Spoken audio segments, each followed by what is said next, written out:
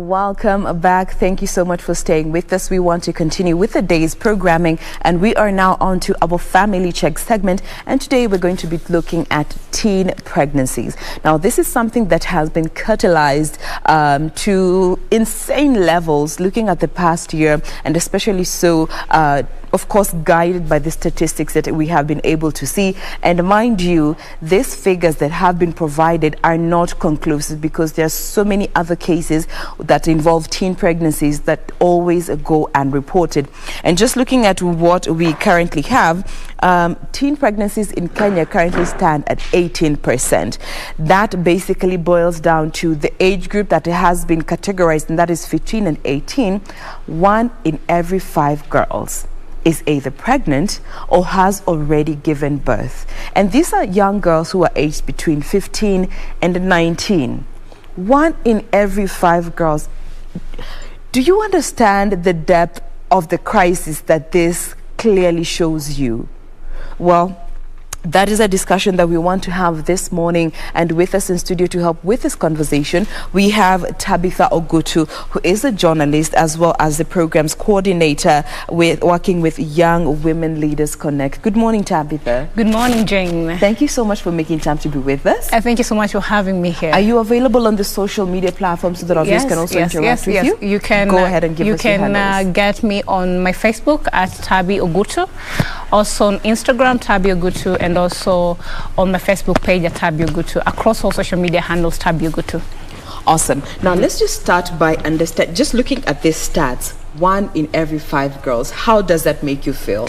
It makes me feel heartbroken, because 1 out of every 5 girls, they're pregnant, but not because they're ready, but it's because of situation. Like they have found themselves pregnant. They're teenagers. Some of them come from very a poor background, I'm sorry to say, humble background. Yes. And that means they cannot make or give bread or food, or even just provide for these children they are already bringing on earth, because their families and parents are already struggling. So if 1 out of every 5 girls in this country is getting pregnant, then this is a conversation that we don't need just to have it today, but it needs to continue even across all the social media, and even, you know, with other media houses, because it's something that is really worrying, Jane, as you've put it. It's not something to smile about. But do you also think that this is also an age group that has been targeted by, sadly so, by the perpetrators? Looking at 15 to 19, and just looking at the 10 years, it goes back to 13. And we also hear cases of girls as young as 8 and 9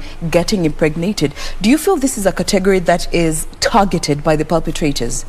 Yes, I will say that the perpetrators should really be held accountable for this. Because why else would you go for an age 12 or 9, or even though I've seen even 9-year-old, some of them get raped, some of them, you know, undergo this stuff, and they get pregnant along the, and you realize that many of them are just maybe in the primary school, or even some of them have just gotten into high school. So when the perpetrators target this particular group of girls and they end up getting pregnant and they end up leaving schools, you realize what we are seeing in this country is that vicious cycle.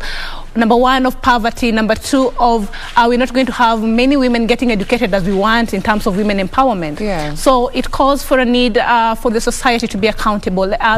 This particular group of men, not all of them, but we have those other groups which are very good. The biggest percentage. The biggest percentage. But this particular group of men who sees these young girls who still need to do a lot with their life in terms of growth and development as tools for sexual gratification should really be held accountable and charged, you know, because we do not want a country where our girls cannot go to school because they are early mother. It's not a good situation to be in as a country. Absolutely, and especially when it's unintended. Let's look at some of those factors that we need to really put focus on that are allowing these teen pregnancies to thrive. And let's just start with the most obvious one, which is this pandemic. I'm just looking at the stats. It is estimated that the first 3 months of the pandemic, during the lockdown, there were 152,000 teen pregnancy cases that were reported. The pandemic in itself, from even what you have seen with your organization, to what extent do you think it has catalyzed teen pregnancies? Or are we also unfairly blaming the pandemic for these teen pregnancies? I think even before the onset of the pandemic, we were not doing very good as a country in terms of dealing with the issues of teenage pregnancy. We had the numbers, but no, during the pandemic and that time when the schools were closed and the girls were forced to be home, the teenagers, you know, the situation became even dire. Jain, even just to bring you up to speed, we have the girls who get pregnant, these teenagers, because they just can't have access to proper menstrual hygiene products. And therefore, the people who maybe they call their boyfriends because, you know, they do not really have the education with their parents on those matters. They tell them, you know, I give you 50 shillings, you know, it becomes you know, you use me, and then it's just transactional. And then they get pregnant just because they could not afford a packet of sanitary towel. So this goes a long way to you know, to show us how even poverty is really contributing to these early teenage pregnancies, because some of these teenage pregnancies are a result also of these girls leaving school and going to get married. We should also address that issue of early mothers and early marriages, and how our parents, because that is the basic structure of the society, the family. The role, I think, to some extent, some parents are really failing in mentoring. You know, you're the first role model to your children, and you're the first teachers to your children. So we allow our children to be taught by the social media and the likes of the people they do not know. So it's an open conversation that we need to have with our girls and tell them that at the end of the day, you still have a long way to go in terms of development, and there is time for everything, you know. There is time for everything. And I like the fact that you've brought in, you know, the fact that culture and religion definitely has a role to play in some of these cases. Just today in the papers, there was a case of parents who pulled their 17-year-old daughter out of school so as to marry a 26-year-old teacher.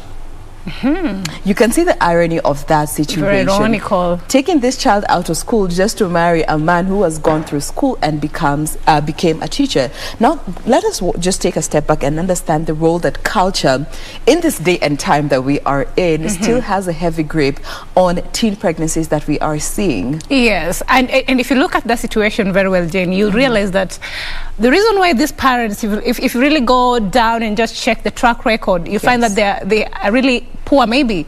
So for them, a teacher who's graduated and gotten a job seems successful. Yes, it's like, so you're not even marrying your children for the right reasons. You're marrying them for the material, you know, possession and things like those ones, which, if you ask me, it will just be for a short term. You see, when you educate your children, even if you cannot really afford to take them to school sustainably, but you really fight to take these girls to school. I always believe that a girl who is educated normally comes back and change the whole narrative of the families. I've seen families where they were struggling and they really believe that, you know, at the end of the day, we need our children to go to school, not to marry them off to some rich men.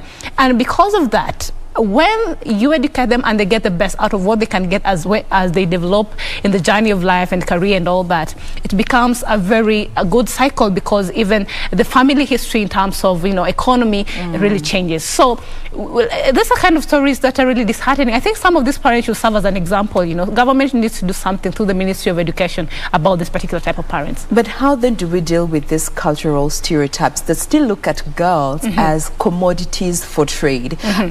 In as much as we are in these modern times, we need to be awake to the reality that there are some cultural, retrogressive cultural practices that still view girls as people who don't need to be educated. They're just to be seen and not to be heard. Educate the boy child, msichana ataolewa eventually. What can we do to change this narrative? Because we cannot ignore it yet, because it's still thriving. Yes, it's really thriving, and it's very saddening at the same time. You know, girls know, the place of the girl child or the place of the women really changed long time ago. It's just that now we need to embrace it and spread this gospel. I've realized that it's not well spread, even in those rural areas. That's the problem. Yes, in the interiors. We need to know that the girl child is not just for marriage and for childbearing and for the kitchen and all those. We really have a special space in the table right now. The girl child it should be empowered enough to be able to tackle the world. The world is becoming so competitive, such that if we just let our girls just go outside there, and what we have equipped them, because some of our parents really equip us to be really performing ahead of, getting into marriages, but they not equip us on how to get into those marriages, because right now the economies are so hard. If you're taking your girl to get married, even let's say, and they do not have a social source of economic income, or they don't have something they can do, then it becomes a burden. And that's why we are seeing that when they go there, gender-based violence is also something. Because at the end of the day, the man will be like, I'm providing too much. Because you come also from a humble family, your family is also looking at you. I can do all this by myself. So it becomes the hatred, and we have that they start, looking at you with some sort of, they do not give you the respect that you should be accorded as a woman. Yes. So it's about the time that we realize that marriage, or even a girl, is not a form of a transactional material possession that you are waiting for cows, so that the cows are what you're looking for. This girl is just to be exchanged with cows. When you educate a girl, they bring much more to the table. I'll say that for these parents who still have the stereotype that for us we have a girl, that means we have a lot of money, we have a lot of cows. Like where I come from in Nyanza, when you get married, you're supposed to be exchanged with cows and things like those ones. I'm worthy more than just cows. I need a little bit more. So if that perception can really change with these parents who still feel that, our girls are a source of income for us in terms of being exchanged to another family or to in another marriage for them to bring us something, so they don't need education. Then they're putting the girls, number one, in a situation whereby they're going to be used, they're going to be disrespected, and the future, since it's really coming to where the girls are, the women are really taking it up in terms of leadership and everything, they're going to be left behind. It's not a good thing to look at. Now, let's talk about parents, and you touched on it a bit, and this is the whole question of sexual education. For most of us, when it comes to even your body parts, we find parents using appropriate words to refer to your body parts instead of using the actual word to refer to your private parts specifically. And even at school is where you are taught about sexual health and reproductive education, as well as sex education. Understanding that the role that parents have to play in this, and the fact that they are not as effectively being part of the conversation about sexual education with our children, is also a factor that is contributing to teen pregnancies. All right, Jane, we should call spade a spade, Yes. There's no need of using synonyms to refer to this private parts, because at the end of the day, they know they're called this, and if you don't tell them anyway, they're going to learn it from the community or the society, wanasema asiyefunzwa na mama hufunzwa na, the dunia will funza them, and that is where we are going wrong as parents. Have these honest conversations. I want to give you a good example. Yes. My parents, like my father, when I was in Form 2, he had a very honest conversation with me. He told me, you are in Form 2 right now, and you are allowed to, get to know, the opposite gender, but this and this and this are the results if you do not take care of yourself. Because he knew either way, I still know, and I still go practice these things, But then the fact that he sat down with me and told me as a parent that this and this, if done and not done well, then you'll end up here in the house pregnant, and your school will be distracted, and you'll not want to even start thinking about what your future will be holding. Because for some of these girls, as you say, that are getting pregnant as early, teenage pregnancy, some of them don't even get time to go back to school. Yes. Because number one, their parents believe, you're a misfortune to the family. So really, why do I need to take you back to school? I already gave you the first shot. Remember, for these teenage mothers, they already been denied one chance in their life, So once bitten, twice shy, you cannot deny them double chances. So as a parent also, we are not like encouraging teenage mothers or whatever. But if, for example, your child, your girl gets pregnant at the age of 16, tell me, you expect this child to just be a parent for the rest of their life and not do anything with their life, It's upon us to, the fact that you failed as a parent. Sometimes it's not even you fail. Sometimes even our girls don't want to hear these things. But just keep telling them. Just keep instilling these values. Tell them that, sex is not a taboo, as people put it. Just tell them, because they know about the sex. But when it comes from the parent, and you tell them the dangers that come with it, as a young girl, you are 16, you are 15, you're 14, and sometimes they do not even know. You can assume that they know that, these things happen like this. They really do not know. So once you play your part as a parent, then you are sure, that your child is going to turn up in some sort of way. But you cannot expect heaven when you're not creating it, with your children. So it's an open conversation that the parents should not feel ashamed of talking about. Sex is not a taboo, for me, if you ask me. Yes. We have moved from that age-old time where it was a taboo to even mention the opposite, be seen with the opposite gender. Yes. Now, this brings me to another controversial aspect, and this is more of the recent emerging trends, and this is all about family planning and contraceptives. There has been a lot of debate about starting young girls, as long as they have hit puberty, you start them onto a contraceptive of one form or the other, just to help prevent teen pregnancies. But on the flip side, there are those that are misusing these contraceptives as an excuse to engage in early sexual activity. How do we balance the use of contraceptives and family planning to ensure that we are actually using them to prevent teen pregnancies and using them in a healthy way, if there is a healthy way, especially where young girls are involved? Jen, the question that I'll ask you is it even okay for a teenager to start using the contraceptive or even start using family planning methods? Is it really something that you sit down and again, it being a very controversial issue?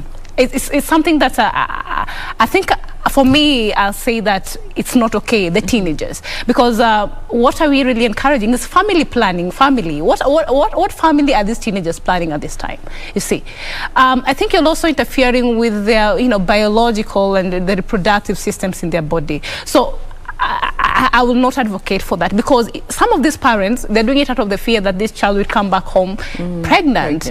And not seeing the long-term effects of what this will do to their body. Some of them have not even had kids, and you're already introducing this to their body. So for me, that area still remains a little bit sensitive, because I do not see why we should be introducing our children. At least when you are grown, you know the reason why you're getting into contraceptive.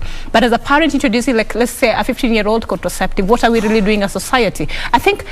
And also, we cannot live hypocritically and say it's not happening. So that's the thing, looking at these statistics, 15 to 19-year-old girls are, 1 in every 5 of them gets a child. Yes. Or has already given birth. In order to prevent future pregnancies, do you think contraceptives are something that should be introduced, especially for those that have already been mothers or are expectant?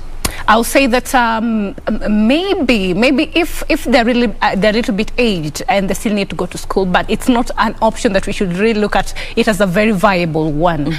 We should allow our children to be children, let them go through the process of growth, and let it not be interfered with. What we can do is just make sure that we teach them about caution and more caution. Because if you can sit down here and say it's okay for them to use the contraceptive, and I know they're using it, I've seen the ones using it, but if you decide to go that way, also know what contraceptive you're using, so that at the end of the day you'll not be regretting that I use this and this has interfered with me like this, and those sort of things. So go to a doctor, go to a gynecologist, and have this conversation before getting your child, or even the child themselves, or children themselves, getting themselves into these contraceptive methods. But if you can avoid it when you're still in school, the better for you. Now, let's move on to one of the last aspects, looking at the factors that are allowing teen pregnancy to thrive, and this is poor reporting of rape cases. We find so many teen girls getting raped, and most of these cases are settled out of court, settled within the family, settled within their village, within the neighborhood, and most of the time the perpetrators always go unpunished. And we see many of these cases keep repeating themselves over and over again. From where you stand, is this lack of reporting allowing for teen pregnancies to continue thriving? I absolutely agree with you that lack of reporting is really contributing to the fact that the teenage pregnancies and all these is, and you see some of these even pregnancy cases, they're from family, That's the problem. Your uncle, raped you, has made you, things like those, which are really not things that we really want to hear, but they're realities. And so, in fact, when a teenager gets pregnant in the family from a family member relative, that is where you find that this case goes unreported, because you want to preserve the name of the family at the expense of the right of this person who has been, yeah. So what we need to have is a society where when you are caught or you're found to be guilty of impregnating or even raping, whether you are the father, you are the uncle, you are the whole, or even the society as it is, all of them are brought to book, so that we as a society, we are fighting, it's a monster already, you know, and it's very disheartening when we are not even safe within our family. So what are we really doing when we want to just make the family look good, and yet the values of the family have been, you know, disoriented? So we should report these cases, because the unreported cases, they're the ones leading to time and time again numbers. So we are fighting these teenage pregnancies, but they're not going down, they keep escalating. So it's because of the lack of accountability from, you know, the families especially, and even the communities, because they do not want to be seen as bad people at the expense of the victims. And why do we always find cases where the perpetrator is someone who is familiar with the victim, either a relative, as you rightfully put it, and that is something that even the justice system did note. The perpetrators are either family members or a partner, or a previous or a current partner.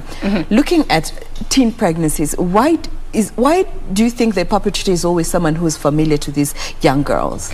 You see, by the way, you normally find, like, for example, the perpetrators in the family setup. There are these people who appear, like, you normally feel like you're so safe with them. Yeah, they appear harmless? Harmless, very harmless. So you'll not at any point start thinking like, you know, this person can harm me. And then they take advantage of the fact that they have earned your trust in terms of, you know, you can talk to them freely, you can have conversations with them, and then some of them even intimidate you when they've already, you know, gotten you to, you know, to have these sexual acts with them.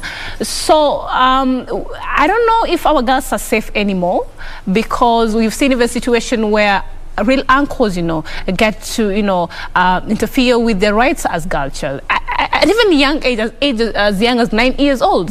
So it's a conversation, I think, that is very sensitive. It needs to be heard from the family. If, for example, an uncle, you know, abuses the right of this small young girl, then there is no need of having mercy, because I tell you, if you talk to a victim of rape, they'll tell you that it is something that they live with for the rest of their lives.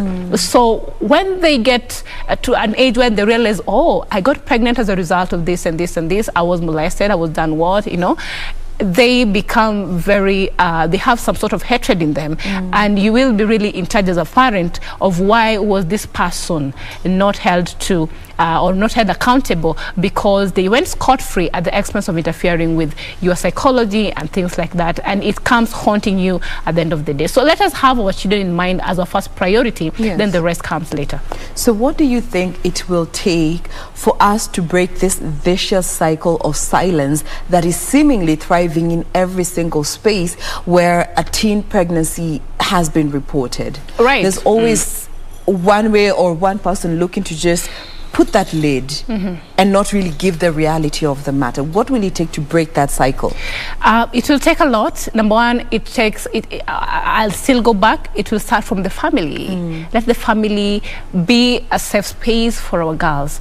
Let the family be a place where, and also these parent-child relations, be very friendly to your children. You know, some of the girls get pregnant or even get into these sexual things, and they do not know even how to just approach their mothers and have this conversation, because you're too harsh. Be a friend to your child, and by that time you'll not be surprised that, oh, my girl got pregnant, I didn't know about it. You know, as a parent, that one feels like you failed because you did not know how. It's because you did not have a relationship. Let us have a relationship with our children as friends. Secondly, for this cycle to break, the community should stop looking at the girls, especially these perpetrators, as just a source of sexual gratification. They're not. They're really not. If it's the time to go to school, that is what we need to support. If the girl does not have a sanitary towel, I always say it should not be a reason why they should get pregnant and leave school. Let us always be like we say, brothers, keep us to these girls. Yes. Let us provide for their education, you know. If a girl, or even the teenage one, because when you talk about teenagers, we have even the boys, let us have people who can come on board and support them to go to school, so that a girl from a needy family does not have to maybe exchange their bodies in terms of getting some money to go to school or even to buy some of these necessities, because they are from a poor family. Poverty is not something that has dignity, so we should not really gratify it, and so that it becomes a vicious cycle in our community. As I said, when we empower a girl, we take them to school, the society changes at the end of the day. So the community has a role to play in that, having that in mind. Second, thirdly, then we have these organizations, you know, that talk on matters, the girl child, the space of the women, the society. Even the women leaders in this country, I always say that at the end of the day, their time will go, you know, with the time they will, you know, will face off. Who are they mentoring? Are they looking at the lives of these young girls as the face of women leadership in this country in years to come? So they have a very special role to play in advocating for some of these things. Number one, in advocating for sanitary towels to, you know, be a free commodity in this country, because, you know, I love an argument that maybe we should not be having, for example, somebody getting pregnant or a young girl getting pregnant because they lack sanitary towels. And we have women leaders who can advocate for that. They're trying, but there's so much more that needs to be done. The county governments need to locate special budgets for these girls, you know, to get some of these products, you know, for example, the menstrual hygiene product, because I've done a research and it has shown that some of these girls, you sit with them down there telling me what I lack is a sanitary towel, and that's why I got pregnant. And therefore, for that reason, there's a need for the county government also to do something about. It has to be devolutionary, like the devolutionized, because it can't just come from the national government. It's a joint effort at the end of the day. We have now, even the government as a national government, there's a bill that is in the parliament. It's still taking time to be passed, that will make sure that our girls, you know, have a safe space and even be able to access some of these basic necessities that make them vulnerable and even get pregnant at the end of the day. This vicious cycle, as you've seen, is not a one-person's thing. It's a society thing, and in realizing that the place of a woman, like we talked earlier, is not just to be, you know, transactional. Like, you've given birth to me as a girl, what you're seeing is my future. When I get 15 years old, Ngombe 70. Ngombe 70, yeah? And some good check is what I want from you. Whatever happens to you is none of my business. So I'll also say that the vicious cycle will also break if we can have an open conversation about sex with our teenagers. It's not a taboo anymore. It is not a taboo anymore. Yes. Now let's look at the girls that have already fallen pregnant. They have had their children and they want to go back to school. Or they have been excommunicated, for that matter. And they want to go back home, they want to be with their families. That reintegration is also something that is not really catered for. How can we create an environment that will create a healthy space for these girls to be reintegrated back into the community and back even into the school system for those who want to go back to school and need to be taken back to school? All right, that's a very good question, I'll say. I say that these girls who get pregnant already, and for example, you're at the age of 16, tell me, you're already a mother, and then what is it that you really want to do with your life? At this point, this is a frustrated person. Some of them end up even committing suicide because the families, they do not want to associate with them, with this particular kind of people. Their mothers become hostile, and that's why you find that these teenage girls who get pregnant, they more or less want to just get into marriages. They have no idea about marriage. Marriage nowadays is not just getting there and, you know, having kids and cooking. What are you going there to cook? And you can provide something on the table as a woman. You know, the place has changed, you know, because what a man can do, a woman can do even, you know. So for the society, we need to see that our teenage mothers, they are not just people whom we can ignore. We can ignore like that. They have to go back to school if they were still in school. But then, once bitten, twice shy. I know the lessons they learned there. They learned as being mothers early. If somebody really wants something with their life, they can't repeat it again. So we should not discommunicate them from our families and ignoring that they also have a right to education, a right to good life at the end of the day, and also they're human beings. So as a parents, let us just embrace our children. Even when they get pregnant, it's not like we want them to get pregnant, but it happens already. They already get pregnant. But then you cannot say that they can't go back to school. Take them back to school. the teachers in those schools, let us be accommodative of these people. Let us not see them as, people who have failed in life. I've seen people who got pregnant when they were still in high school, did not finish school, and they went back, and they're doing very well in life. They're the best doctors, the best teachers, even the best professors, and even journalists, if you ask me, because it's not the end of the road for anybody who gets pregnant. Their future and their dreams are still very valid, like any other person who still wants to pursue the journey of life. Absolutely. We need to be our sisters' keepers and encourage them to go back and pursue education if they desire to do so, or help them get back into a semblance of normalcy. Right. Now, let me come to your organization, Young Women Leaders Connect, in terms of even what you are doing to just ensure that you are speaking against teen pregnancies, the projects that you are engaging in to help fight this menace. So, first of all, I also, we as an organization, we make sure that our girls, are the ones, especially from the slum areas and the rural areas, and which are very needy, we get to them and we try to find partnerships and see how we can, number one, have the conversations with the teenage mothers. Number two, see how we can sustainably provide for them the sanitary towels. And even where the need be, if really a girl is not able to go to school and get this basic, school fee because their teenage mothers and their parents are not supportive, we can call for individuals who are willing, to come and support them. At the end of the day, the girls, or even the future of women leaders in this country, is a responsibility, as a people. All right. And you have mentioned partnerships, and maybe just looking at what you guys are already doing. And of course, as we say, this is a multifaceted conversation. We need help from all these different quarters. As an organization, as an individual, what kind of assistance do you feel is necessary even to your organization, to your individual goals when it comes to helping end teen pregnancies? You see, for example, I'll give you an example. When it comes to maybe donating this menstrual hygiene products, you can't, if you go there one time and give them, of course, so what have you done, you see? So maybe you maybe give them at a period maybe of 4 or 5 months, then after those 4 or 5 months for these particular people, you go back and then give them, so you're sure that it's sustainable.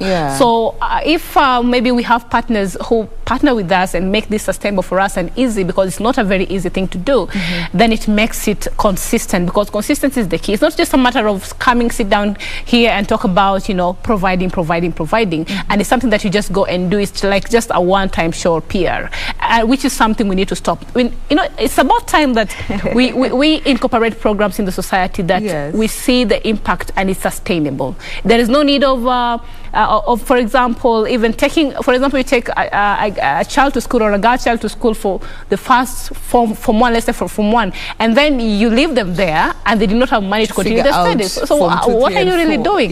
So it's something that we need to see up to the value chain, which is the end goal. All right, so those that can contribute some of these menstrual hygiene management items, not just do it on or just one-off basis. It should be sustainable. Because, menses are a physiological process. It's biological. Every single month a girl has her menses. So when you do give sanitary towels for this month, and then the next month they have to figure it out for themselves, it needs a sustainable way of doing it. Yes, it's sustainable ways. Let us have, I always say that you do not need to support even us. If you can do it at the point you are, because maybe you're not in Nairobi or thereabout, but you're somewhere, maybe in Marsabit. Let us introduce these sanitary towels, ATMs, where they can access the sanitary towels. It's sustainable is the key thing here. Not a one-off thing. It should not be a one-off thing. You go and give sanitary towels, then you take photos and you post them, and then what about next month? You have not helped these girls. Yes, they're saying you've done your good deed for the day. And that now brings in the county government and even the national government, given all this about sexual reproductive health rights fall under the Ministry of Health, and health is a devolved ministry. How can they step in and make sure that at the minimum some of this menstrual hygiene management materials are something that every girl can access, looking at the county and the national government, before we even get to individuals who want to be part of the course? All right. You see, the county government actually, as I said earlier, they need to allocate a budget that caters for, and I'm given to understand that the Women Representative's Office have this kind of, budget. But you see, for some counties, the effect felt from the budget is so dismal. In fact, even not at all. So it needs to be a money or, a budget that circulates and they're able to provide for the girls. Yes. And even moving on in future, just as a county does their budget, they should have some of these things in mind. So that at the end of the day, even as a county or even a county governor, you stand and say that, we are experiencing the issue of teenage pregnancies and dropout of girls out of school. Then you say, as a country, we have played this part in making sure that they are catered for. So when you're a part of the conversation, you need to also be part of the solution. So the budget is key. And also there's so many other NGOs, for example, work in the counties, The county, as a county government, you really have the muscles to pull resources. Let us pull the resources to give these girls some of these products and even take them to school. You see, yes. Like I've had very depressing cases where, like this particular time when they start for their KCPE, now they want to go transit to the high school. Yes, somebody's called as IS 350 as a girl, and they're not able to go to school up to now, basically because their family cannot afford. They are poor. So what are we doing about this kind of girls, apart from just the CDF, you see? Yes. So it's a contributing factor, because this girl will sit home and say, okay, if I can't go to school, let me get married. That is a teenage mother. Start life. You see, it's not an easy thing as we want to put it.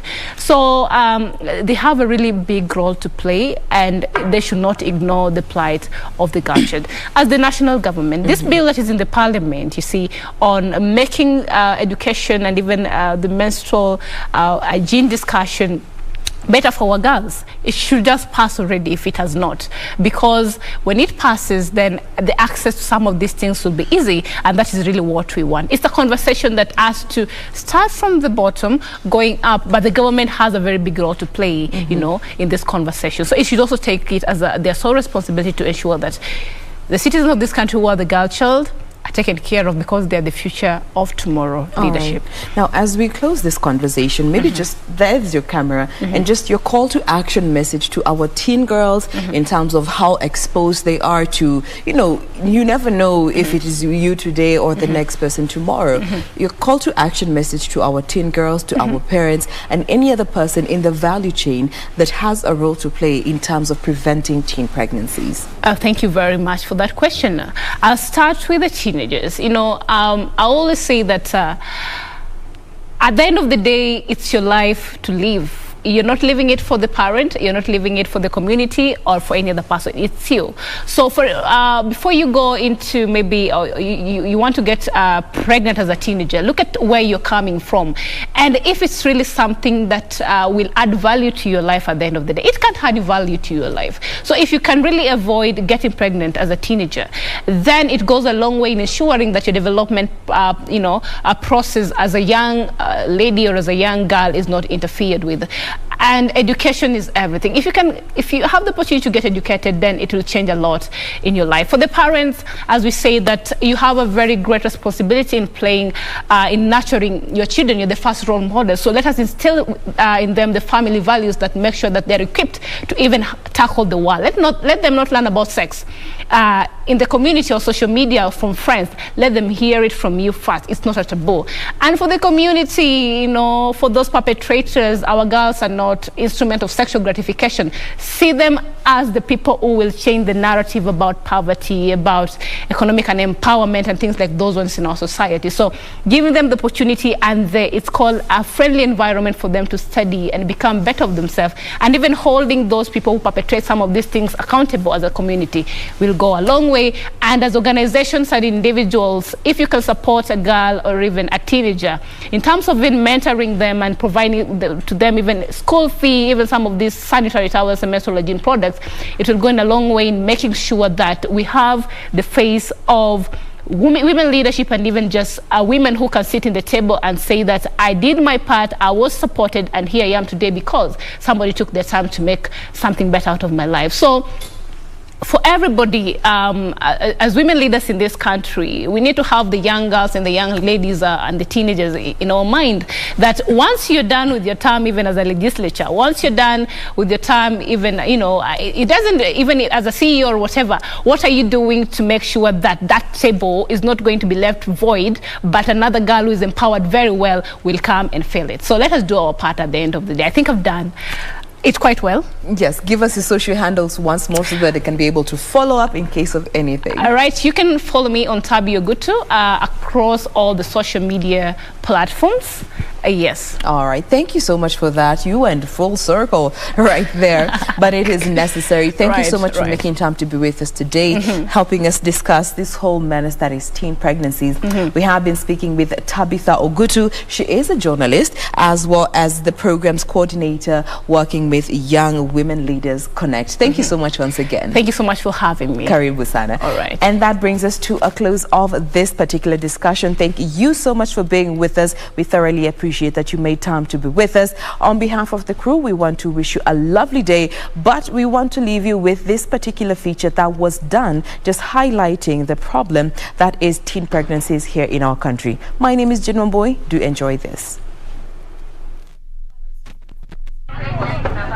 Clarice Kadenyi is an 18-year-old mother from Mukuru Kwanjenga informal settlement in Nairobi. Baba ya mtoto tangu nipate boy ajai kuwa supportive, hasa kanitoroka, ajai leta hata vile niliombea nimezaa, ajai kuja kuona mtoto, pampers hajakuja kumletea, hata shilingi hajakuja. Huyu kijana aliniambia hata tukana urafiki na yeye, ataweza nisaidia hata kama ni kulipa school fees ama pia kunibaya sanitary towels, alidanganya. With love gone on the other hand and a bundle of joy on the other, Clarice opted to drop out of school. Necessity, they say, is the mother of invention. With the COVID-19 pandemic affecting livelihoods, Clarice says the business has lots of challenges. Unaweza enda kuuzia mtu sambusa na pesa ingine, sume kama ni 10, atasema hapana hataki, ya amezoea ile price yenye umezoea kuuza. Juu sasa hivi unaona unga imepanda, mafuta imepanda, hawezi kubali. Sasa inabidi tu nimuuze nayo kobole, na kwa hiyo kobole hapo simetuka hiyo 200, hakuna naweza pata faida kidogo, alafu niko sasa kupika hiyo siku nyingine. Juu pia hiyo pesa ndo nahitaji kutumikia kununulia mtoto nayo kitu. Saa zingine watu huko nje wanakuchekelea. Pia mamangu na yeye unatoni kama ninamletea mzigo. Juu watu hawezi kosa kuniongelelea huko nje. Wanasema mtoto amezaa mtoto, shule alikataa kuenda. Ako tu, hakuna kitu anafanya.